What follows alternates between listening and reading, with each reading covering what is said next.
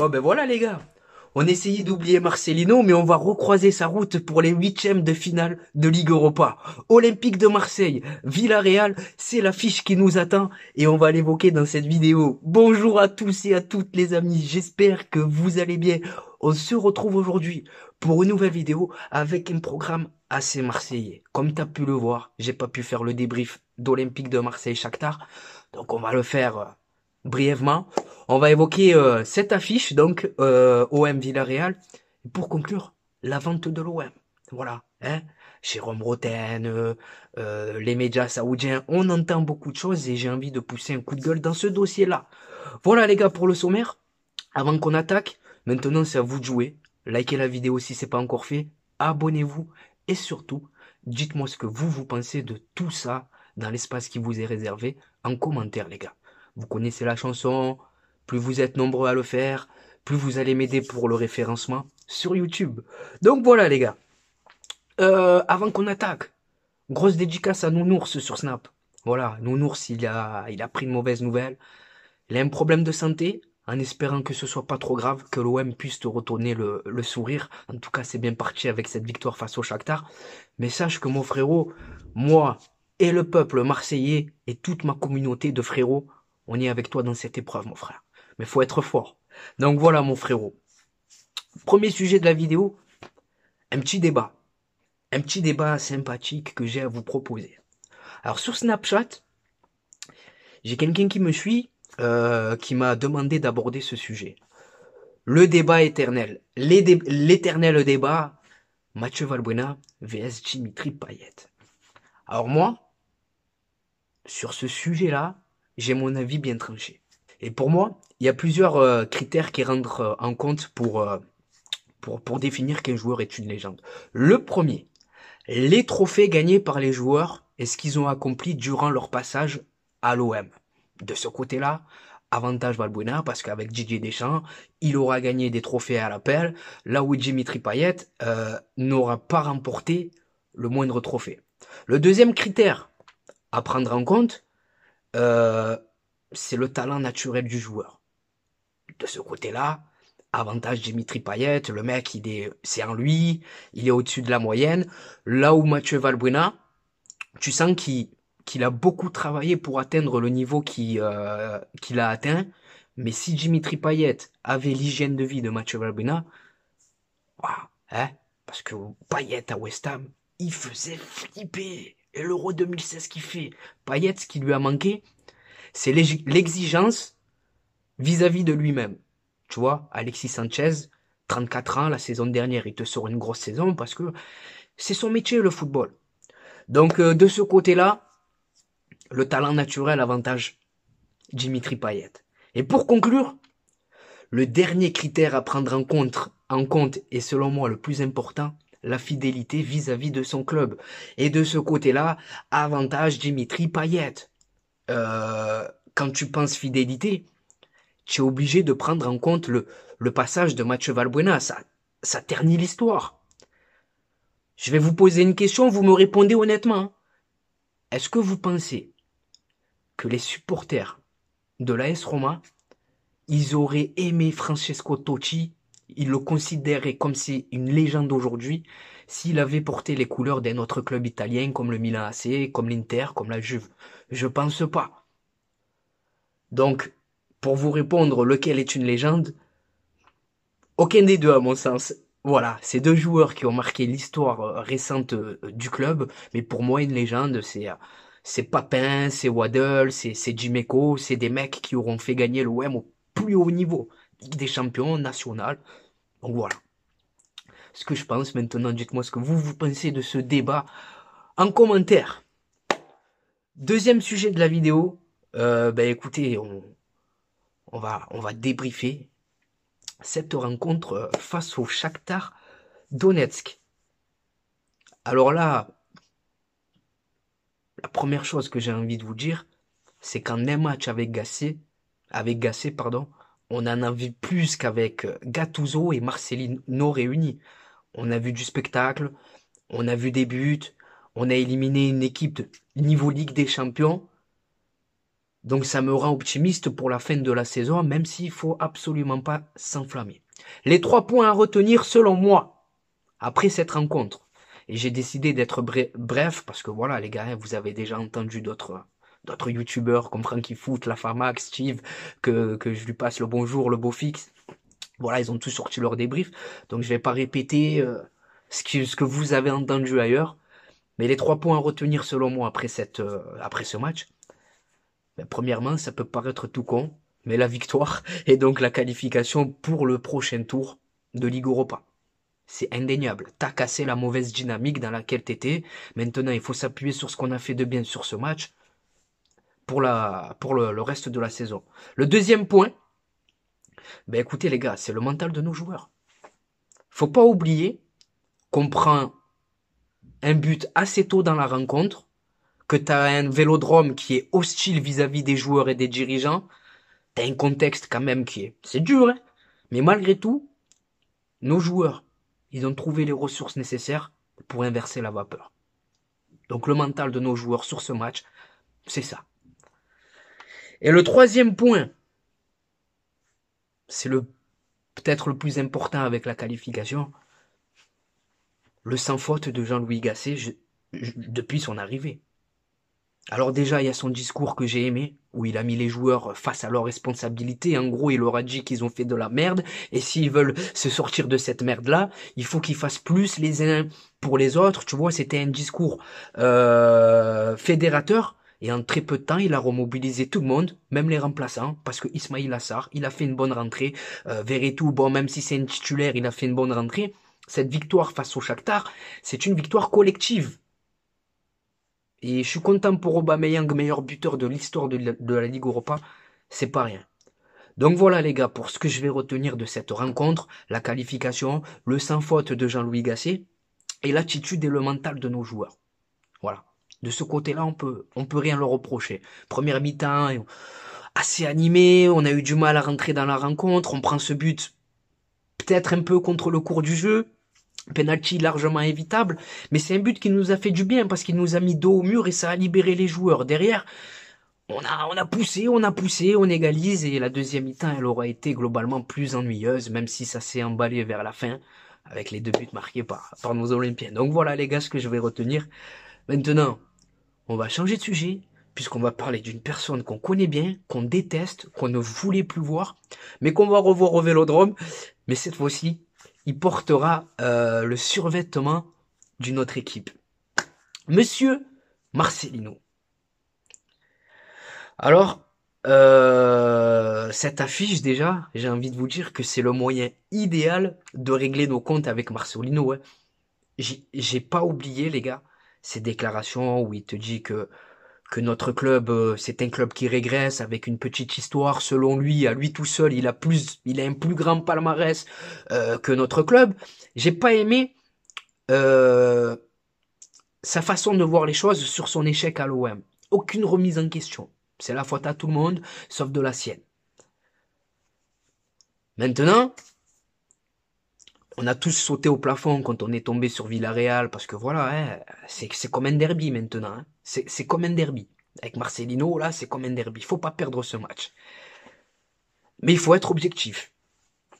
Marcelino, quand même, il a l'avantage de connaître par cœur notre effectif, les qualités de chacun et les faiblesses de chacun. Même si l'OM a beaucoup changé depuis, entre guillemets, son passage, voilà, hein, c'est l'impression que c'était il y a 15 ans, mais c'était qu'il y a 4 mois, les gars. Hein.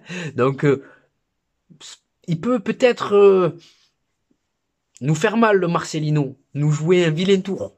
Et j'en ai peur. Parce que, déjà, c'est une très belle affiche. Avantage Villarreal, parce que c'est un adversaire bon, ils connaissent quand même une saison compliquée en Liga, sont 12e au classement, mais Villarreal, ça reste une équipe avec une grosse expérience européenne. Ils ont gagné la Ligue Europa en 2021 contre Manchester United. Il y a aussi ce parcours en Ligue des Champions qu'ils ont fait où ils avaient tapé le Bayern de Munich entre autres.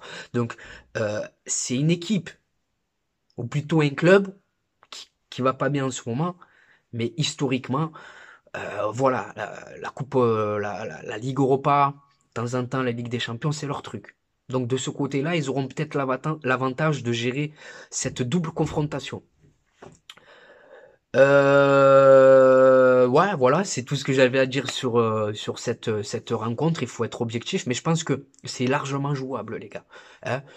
Ils sont l'historique de leur dernier, quand tu regardes leur historique ces derniers temps, voilà, la dynamique en Coupe d'Europe, elle est pour eux. Donc c'est en ce sens que je dis avantage Villarreal, mais c'est une affiche qui nous promet du spectacle. Il y aura des buts, il y aura désolé les gars, ça va être une rencontre ouverte. En tout cas, on pourra compter sur un vélodrome plein à craquer. Le sujet que vous attendez tous maintenant, la vente de l'OM, épisode 455 000. Ah, je préfère être honnête avec vous. Je suis pour la vente de l'OM. Je pense que c'est vraiment... si l'OM veut continuer de grandir, parce qu'on est devenu un club qui régresse, il a raison Marcelino sur ce côté-là, avec McCourt, année à année, on régresse. Mais je pense que si on veut continuer de grandir et surtout gagner à nouveau des trophées, ça passe par une vente du club et c'est inévitable. Voilà. Vous pouvez voir les résultats sportifs qui dégringolent cette saison. J'ai un Franck McCourt que je sens plus impliqué. À côté, on a des concurrents comme l'OGC Nice qui travaillent correctement. Il y a Lens, tandis que nous, on peut pas dire que ce soit le cas. Voilà, on ne sait pas qui commande le club, Stéphane Tessier, Pablo Longoria, Mehdi Benassia, c'est beaucoup trop flou à l'heure actuelle pour faire de l'OM en fait un club, un vrai prétendant au titre en Ligue 1 surtout, mais pourquoi pas de temps en temps en Ligue des Champions atteindre le quart de finale. Malheureusement, c'est devenu un fantasme pour nous les huitièmes de finale de Ligue des Champions. McCourt, ça restera l'homme quand même qui nous a envoyé à l'abattoir en 2020 là, Ligue des Champions Covid. Tu te retrouves en Ligue des Champions avec des Nagatomo, des Cuisance. Tu te retrouves avec des Sakai, des Olivier Ncham. C'est la Ligue des Champions, les gars. Alors même si Franck McCourt, il a pas envie d'investir de l'argent, les clubs qui la jouent, ils veulent investir et ils veulent pas être ridicules. Donc monsieur Franck McCourt, basta. Je pense que on a tous un rôle à jouer dans cette vente-là, les gars, hein, pour le départ de Longoria, McCourt. Il faut pousser. Voilà, il faut vraiment pousser. Il faut pas lâcher l'affaire. C'est pas parce que là on a gagné le Shakhtar que, ben écoute, il faut sauter au plafond, tout oublier. Non, non. Moi, j'oublierai rien. J'oublierai rien que McCourt, il nous a fait du mal, que Jacques-Henri Hérault, il nous a fait du mal, que Garcia, il nous a fait du mal, que Zubizarreta, il nous a fait du mal. Euh, voilà, on souffre. Honnêtement, on souffre. Alors l'AS Monaco, ils vont peut-être se faire racheter par les Saoudiens. Il y a l'AS Roma. En tout cas, on l'aura dans le baba, les gars. On l'aura dans le baba, même si c'est pas les Saoudiens. Je veux un propriétaire.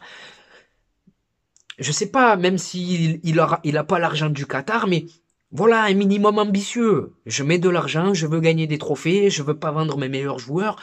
Voilà, de l'ambition, de la cohérence, chose qu'il n'y a plus à l'OM. Oh, vous imaginez la jeune génération de supporters de l'OM? Qu'est-ce qu'ils auront connu avec l'OM? Rien, que des humiliations. Donc moi, pour toutes ces raisons, je considère que la vente du club, elle est inévitable. Voilà. Prenez du recul sur ce qu'on vous dit. CMA CGM qui signe avec l'Arabie Saoudite. Peut-être que c'est que du business, les gars. Hein. C'est pas parce que Sadé c'est un Marseillais que il conclut un accord avec les Saoudiens. Ça veut pas dire que voilà, ça y est, les Saoudiens sont là. Ils ont le droit de faire leur business aussi, ces gens-là. Les Saoudiens peuvent investir, venir à Marseille. Je sais pas. Peut-être qu'ils veulent ouvrir un hôtel. On sait pas. Mais c'est pas forcément lié à l'OM. Donc, prenez du recul sur ça. Si cette vente, elle doit arriver, elle arrivera. En tout cas, c'est sûr que quand tu vois tous ces départs en coulisses à l'intérieur du club, quand tu vois la manière dont on essaye de récupérer un maximum d'argent, quitte à brader les Guendouzi, les Milik, c'est vrai que peut-être que McCourt, il se dit peut-être, ok, là je vais écouter. Si j'ai une offre satisfaisante, ben je vendrai le club et allez tous vous faire encadrer. Voilà. Mais en tout cas, à l'heure actuelle, j'ai quand même du mal à me dire que les Saoudiens, c'est un soum-soum. Il se passe trop le bordel pour que ce soit les Saoudiens, en fait, à la tête du club. C'est tout, frère, hein, c'est aussi simple que ça. Voilà, les gars. Alors, j'ai essayé d'être complet, hein, j'ai évoqué tous les sujets. Mathieu Valbuena vs Dimitri Payet, Jean-Louis Gasset et le Shakhtar Donetsk, la vente du club. Et voilà, ouais, au fait, je suis d'accord avec Jérôme Roten sur un truc, hein. Sans l'OM et le Paris Saint-Germain, les clubs français en Coupe d'Europe,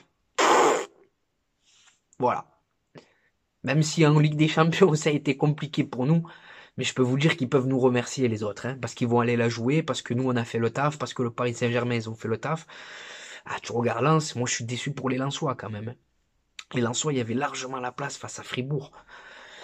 Mais c'est comme ça, force à nos amis lensois, ça fait partie de leur apprentissage. Voilà, c'est un club qui est en pleine expansion, qui continue de grandir année après année, mais en tout cas, voilà. Bon, j'ai été complet, hein, si je vous dis pas de bêtises cette fois-ci, hein, c'est la bonne, donc avant que je vous laisse, pensez les gars, encore une fois, à liker la vidéo, pensez à me dire ce que vous pensez de tout ça en commentaire, et vous abonner si c'est pas encore fait. En attendant, je vous souhaite quand même de passer une bonne journée ou une bonne soirée selon le moment où vous visionnez cette vidéo. Et n'oubliez pas les amis, notre virus à nous, c'est l'OM. Ciao les certains réseaux sociaux, je vais vous donner mes réseaux sociaux, voilà, comme je viens de le dire. Donc ça me permet d'être beaucoup plus proche de vous les gars, ça me permet de savoir ce que vous pensez sur YouTube, c'est moi qui parle. Tandis que sur Snapchat, ça me permet de savoir ce que vous pensez sur Snapchat. Je filme ma vie, les infos de l'OM. Les bons plans maillots, les gars, le bon plan maillot, 26 € le maillot de l'Olympique de Marseille, 10% de réduction avec mon code promo TPAMS. Il n'y a pas que l'OM, il y a tous les clubs, toutes les sélections nationales, il y a les ensembles de survêtements, les maillots d'avant-match, les polos. Bref, ajoute-moi sur Snapchat Kayil-du-6 TPAMS13 et je te dirai tout ce que tu dois savoir. Ensuite, on a Instagram. Instagram, on est sur un contenu différent. C'est moi et ma grosse tête au vélodrome, devant le vélodrome, avec des joueurs que j'ai pu approcher en photo, en vacances notamment. Donc TPAMS13, on a Twitter, ou sur Twitter, je réagis à chaud sur l'actualité olympienne et sur l'actualité footballistique. Donc c'est TPAMS 13 13 13. Et enfin, pour conclure, on a TikTok où c'est touche pas à mon stade, tout attaché.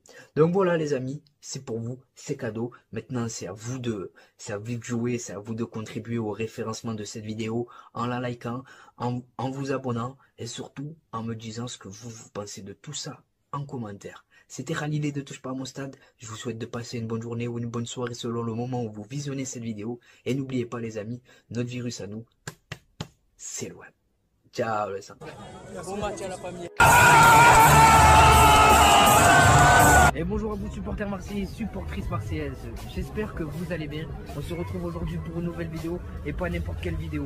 24 heures dans la peau d'un supporter marseillais et comme vous pouvez le voir, aujourd'hui le cadre il est tout simplement magnifique. Bien accompagné en attendant le match explosif qui nous attend de ce soir, Olympique de Marseille, Bayer Leverkusen. Donc au programme les amis, là on se rafraîchit, on s'hydrate bien entendu.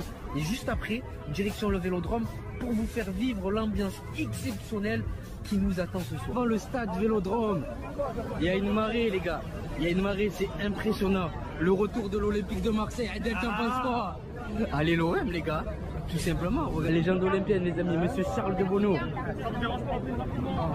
Et regardez les amis comme il est accueillant, fait la photo avec tout le monde. Hein. Normal. Un mot pour le mercato. Le mercato pour l'instant est extraordinaire. On peut faire confiance aux dirigeants. Oui. Ce qu'il y a de certain, c'est qu'il y a d'autres joueurs qui vont arriver. Oh, merci, merci. Et encore merci pour tout ce que tu as pu faire pour l'Olympique de Marseille. C'est normal.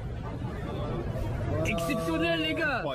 La légende Jean-Charles de Bonneau avec une grosse info mercato. Et là, il n'y a rien. Info mercato carrément. Il a annoncé 2 grosses arrivées encore les gars, vous l'avez entendu. Les amis, c'est là que tout se passe. C'est là que tout se passe les amis. Le Vélodrome.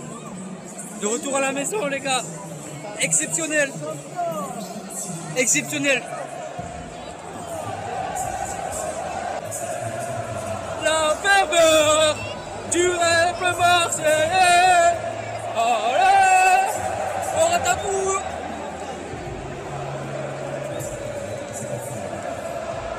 On est posé les amis, on attend patiemment que le match démarre, comme vous pouvez le voir.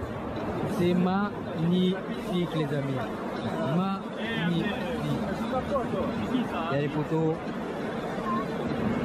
Pronostic Malik. Toujours 2-2, mais confiant pour la victoire. Mahmoud, pronostic.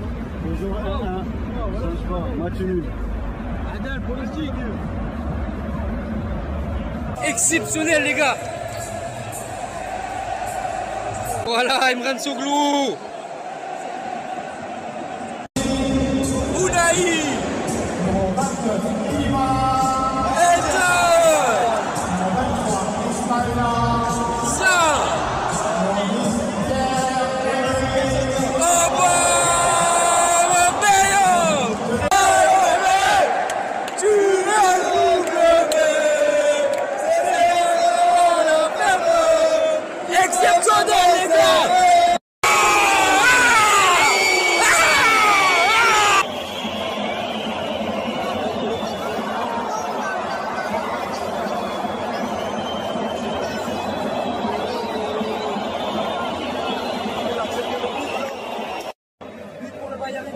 Les amis, apparemment, il se fait une fois de Paul Lopez à voir.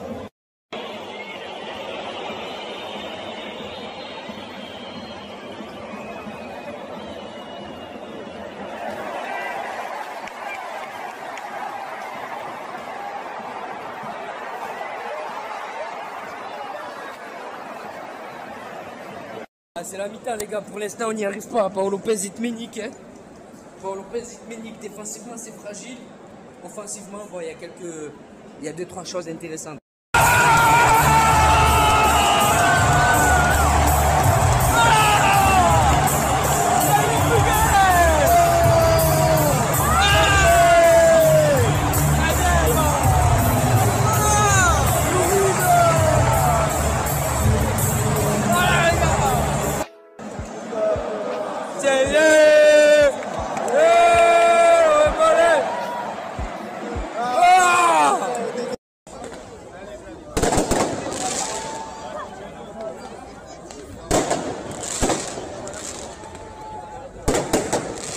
Sur l'âge des joueurs.